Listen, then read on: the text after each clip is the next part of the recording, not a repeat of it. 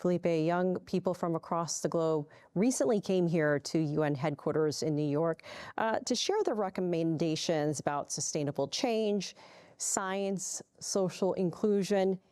Tell us more about this year's Youth Forum and what you heard. Yes, as you mentioned, very recently we had the 13th ECOSOC Youth Forum, which is one of the largest gathering of young people in relation to the United Nations and the intergovernmental processes of the UN, with a big focus this year on sustainable development. We had more than 1,000 young leaders from different countries of the world coming here. And this year, I think it was special because in a very complex moment for multilateralism. And I think we need to be very honest that we are facing an unprecedented crisis for multilateralism. I think that the message was very important. The message coming from governments in terms of support to the UN as a platform when it's about addressing global challenges, and especially the message from young people trusting in the UN as a platform for them to be engaged with the change. I think the forum is definitely a good example of a platform for young people to be part, but it's not enough. It's really about how we continue to create continuous process for young people to be involved. I mean, there is so much happening around the world, but we're also feeling the impacts of climate change. I mean, there's a lot of conflict everywhere you look. So when you're talking to the young people, do they believe that multilateralism is something that will help them as they continue on in their roles and in building their communities? I strongly believe that young people are our biggest allies to reshape the new multilateral system,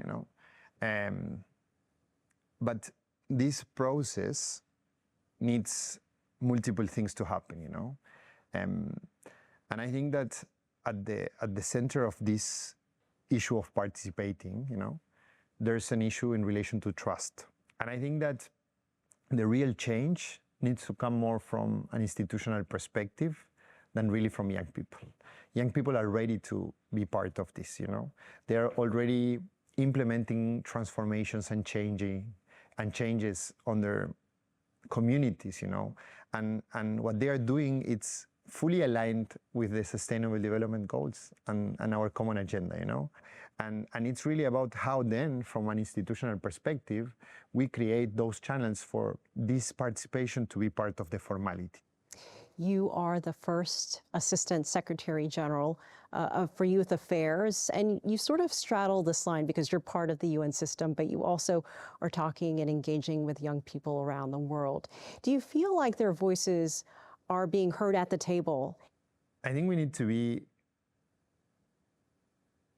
be very honest with ourselves and to recognize that we have a long way to go. I'm the youngest senior appointment in the history of the United Nations in 80 years, and I'm the only one under 45, if I'm not wrong, in the organization at certain level, While at the same time we're living in a world where half of the world's population is under 30, And we're seeing young people leading at many levels of the society, leading change in the real activity, in their day-to-day activities. And I think that the challenge we are facing internally in the UN is not only a problem of the UN. If we go, for example, to the average age of parliamentarians in the world, only 3% of parliamentarians in the world are under 30 years old, And only 1% if we're talking about young women in parliaments, So it's not only a problem of the UN. I think it's a problem of the status quo of decision making. And in terms of how to address this gap, I think it's really about creating platforms for meaningful participation. You are also a doctor, a medical doctor, a pediatrician, in fact. Can you tell us a little bit more about the Global Youth Mental Health Awareness Project? Yes, for sure. And I think you're bringing into a conversation one of the most complex and emerging challenges we're facing as a global humanity. There's clear data that is showing that we're having big challenges on this matter, you know. Suicide is the third cause of death. The COVID made a huge impact in a whole generation, you know. Almost 25% of young people during the first year of COVID with anxiety or depression issues. And at the same time, we're seeing that the response is not being sufficient, you know. We only have half of governments, half of countries implementing, for example, preventive approaches for mental health in schools. We know, and I've seen this with my own eyes, how the UN is in the ground working on this matter, you know. And I think what we want to do, really championing this agenda, is first respond to a demand from young people, you know.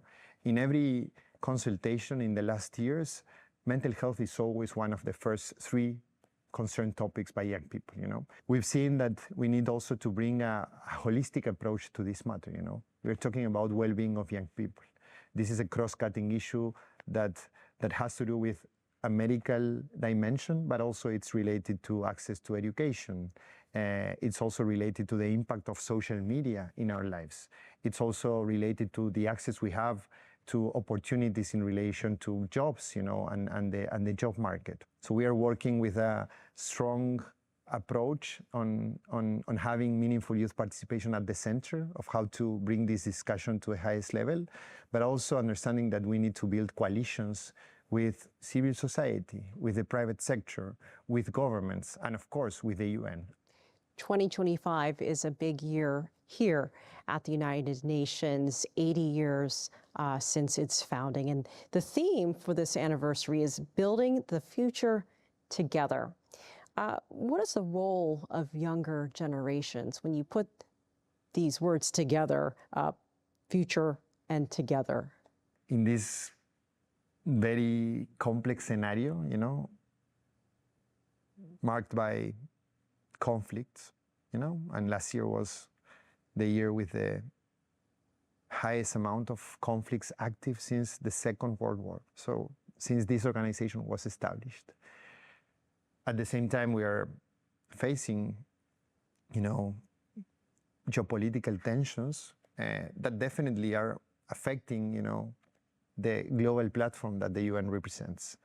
But as our Secretary General emphasized, you know, the UN has never been more necessary. And I think that in these 80 years, in this 80th anniversary of the United Nations, if I have to say where we need to put the focus, is on this Pact for the Future. And we have in that pact the most, you know, innovative approach for change, which is the inclusion of young people in the processes we held.